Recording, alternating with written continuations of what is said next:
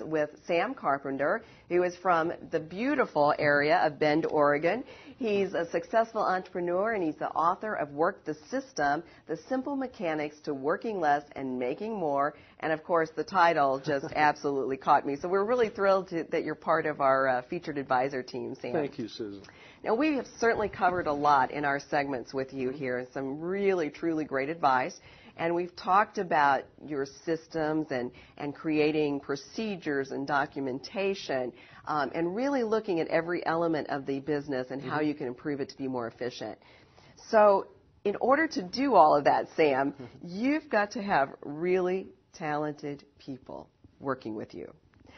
So the question is, as a business owner, where do you find those people and how do you know you're getting the right one? So how do you evaluate and hire that right person?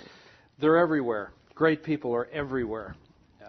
The problem we run into with businesses, and the problem I ran into, I'm speaking from my own experience, is that we expect our employees to be mind readers, or fortune tellers too. And so when we bring somebody in, we're sadly disappointed over a period of time, despite their wonderful personality and their educational background and their linguistic capabilities, that they can't read our minds. And so there's ultimately disappointment.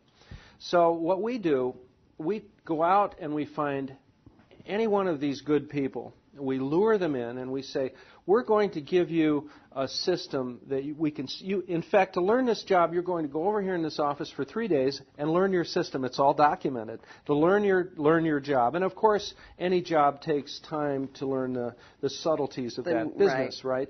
But when they come into my business, these good people, drug-free people, people who can type, highly intelligent people come in, and we give them something they can work with, and we never ask them to be mind readers. And what is this? It always goes back to boring but true documentation.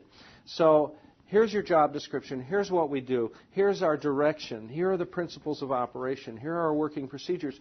Here is what you have to work with. This is it. And if we don't abide by this, new person, I want you, new person, to come to me and say, this isn't right, and we'll probably fix it.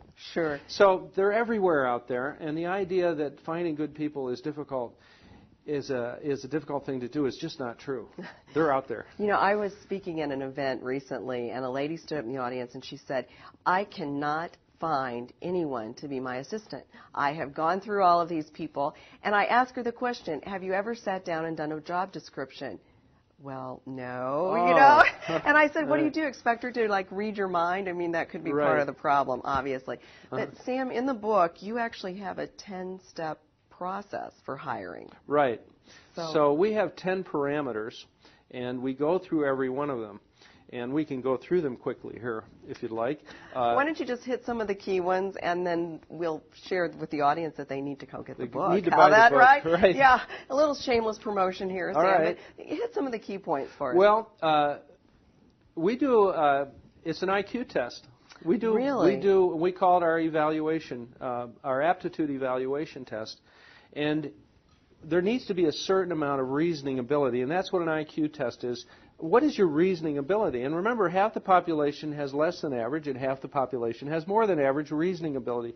To take somebody and put them in a difficult management position, and they don't have the aptitude, the reasoning power to handle that, is unfair to that person. It's unfair to the employer. And so, boy, do the eyebrows raise when I say that we do this. We need to know if somebody has the reasoning ability to do the job. Is that fair? Well, is it fair to judge somebody by how they look? Is it fair to judge somebody by their education? Oh, we can go into the fairness thing as far as you want. Years of experience. Yeah. We never share the results. We never share the results with the employee, the potential employee. The other thing we do is drug testing. We absolutely do drug testing. In my company, many years ago, we were just having crazy problems all the time. And why did you do this? I don't understand. Well, I don't know. You know, Susan, we implemented the drug testing, and it's like the cycling teams from the United States in the Tour de France this summer. Right. Strict drug testing. And, you know, as soon as we started doing that, and some people left, we don't have these crazy problems anymore. And so that's another part. So you have to get through what we call the aptitude test. You have to pass the drug testing. Does the applicant look you in the eye when they're talking to you? Is the applicant not listening to what you're saying and really wants to expound without, you know what I mean? So you're interviewing somebody and they just want you to finish so they can explain how wonderful they are. So they can tell you what they think, right? Right. And so how are they dressed? That's important. Did they show up on time? And all of these sound elementary, but, you know, we have these 10 parameters, and if they don't pass every single one of these parameters, we don't hire them, because that one problem will nullify all the positive ones, if you think about it. And the other thing we do is this gut feeling about hiring somebody. We never use a gut decision to hire somebody. We use gut decisions to disqualify people only. I see. You see what I mean? This person's meeting all the parameters, but I'm just getting a bad feeling about the way they're looking at me here. Right. They don't. There's something. Or maybe their personality is abrupt, or something.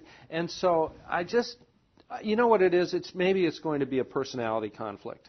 Maybe, and that's enough. Right. To not put that person in the position of having to deal with you and you having to deal with them. We use mechanical decision making to hire people, not gut feelings. Well, I think it's important, and that's part of the gut feeling, that the individual will fit into your company culture. So they're part of the team. They're not going to disrupt that flow and sense of community. Right. Exactly. Now, you also, though, talk about some of the questions that you ask employees or applicants. Can you share, because I personally, Sam, I always struggle with that. You know, it's like, well, tell me a little bit about yourself, but what are some of the key things you would ask? Here's a great question for somebody that's coming to work at Centratel, the telephone answering service, is, what can you tell me about my company? What do you know about Centratel?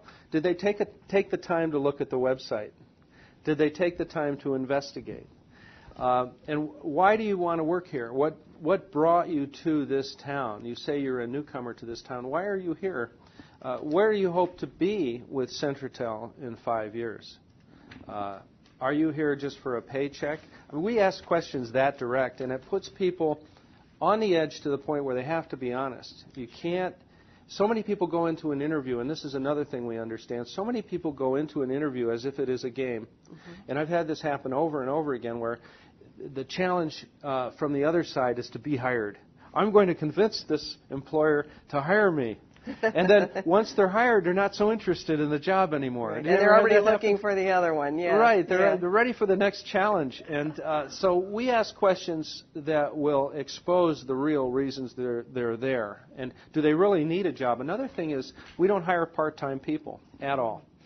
We want full-time people that will take the job seriously and the paycheck seriously, and who will be there 40 hours a week and develop some expertise in whatever their position is going to be with the company. So we get underneath and we ask these questions. It's in the book. Sure. Okay. But we get underneath really and ask the system. What are the systems driving this person to be sitting here today? Were they on time?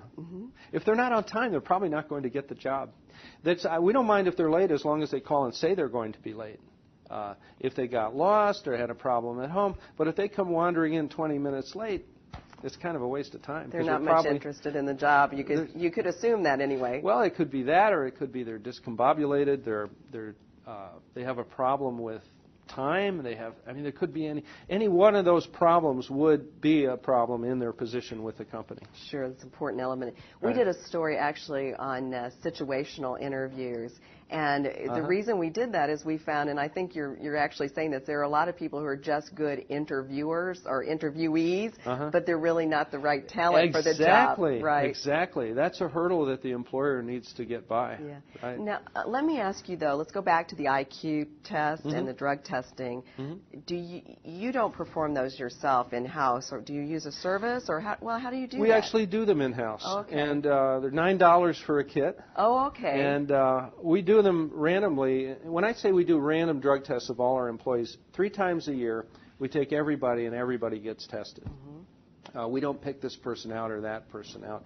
But we do them in-house, and if there's a question, we send them down to the professionals at emergency care, and we pay $40, and they do the full screen blood test. And a few times we've had problems. The professionals supported our conclusions. Okay. Right. And that's important. I mean, you really do have to take that extra step to protect yourself. Exactly. So, and right. it's a saliva test. It's clean and sanitary, and there's no embarrassment about it. And everybody knows. Sure. And our 30 employees are glad we do it, because as soon as somebody comes in with that kind of a problem, they don't fit in. Sure. They just, even if we didn't know what the problem was, they're just probably not going to fit. There's going to be problems. Now, Sam, I'm actually going to switch gears just a tiny bit. We've talked about job descriptions, and you talk about the importance of a new hire. We've talked about that, giving them the documentation. But let me flip this around. Let's say that you're the manager or you're the business owner, and I work for you, and I recognize the importance of exactly what Sam Carpenter is saying. How would I get you to buy into writing this documentation and having the job descriptions put in place? Thank you for bringing this up, Susan. I'm so glad to go over this part of it. So up until now in these segments, the viewer may be thinking, oh, great, so this Sam Carpenter guy is going to write up all these instructions and everybody out there is going to just follow them exactly. And that's not at all the way it happens. At first, I did most of the documentation as we developed the work the system method. But now 98% of the documentation is performed by the employees. And why? Well, they make about double what they'd make anywhere else. And they don't work over 40 hours a week. It's a nice place to work, okay? So here's what happens. Let's say there's a procedure with 23 steps to do the deposit, okay? So one of my managers who's doing the deposit says, well, this changed over here. Step 7 is just stupid. We don't need to do it anymore. So they will come to me in the office, might meet me in the hallway and say, you know, the step 7 for this reason is just dumb. And then I might check with somebody else, or the three of us will get together and we talk about it, and bam, that cast in concrete, you will not deviate from the procedure, that procedure is changed instantly. Sure. So it's cast in concrete. Flexible. Yeah, it's like a transformer. Remember the movie? Right, kid's yes, toy? yes. And the car turns, it's steel and it's hard, but it's really different. Right. So we like to think of our procedures as being cast in concrete, but we'll be able to change them in a snap of a finger. No bureaucracy involved. We'll change it for the better. And so employees know that these procedures can be changed instantly with their input, and there's another word, empowerment. Sure. But it makes them understand that they have a say in there. And also, everybody knows I don't do the documentation anymore. It'll go through me a lot of times, the important ones, to make sure it's following our strategic objective, because it's up to me as CEO to keep things going in a straight line. But they know that when they have input, it will be instantly recognized, and in all probability, 90% of the time, those recommendations will happen. And somebody actually will meet in the hallway.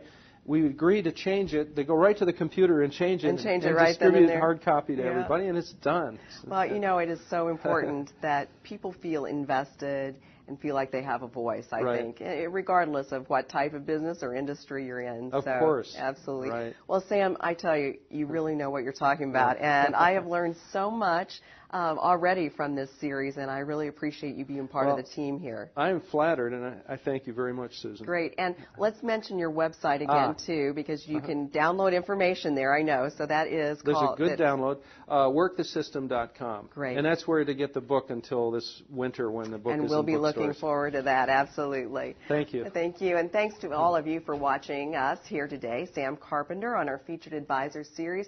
Be sure to check out other segments and great advice from Sam, as well as our other featured advisors on our Featured Advisor channel. And once again, thanks for watching. We're sbtv.com, where small business is our only business.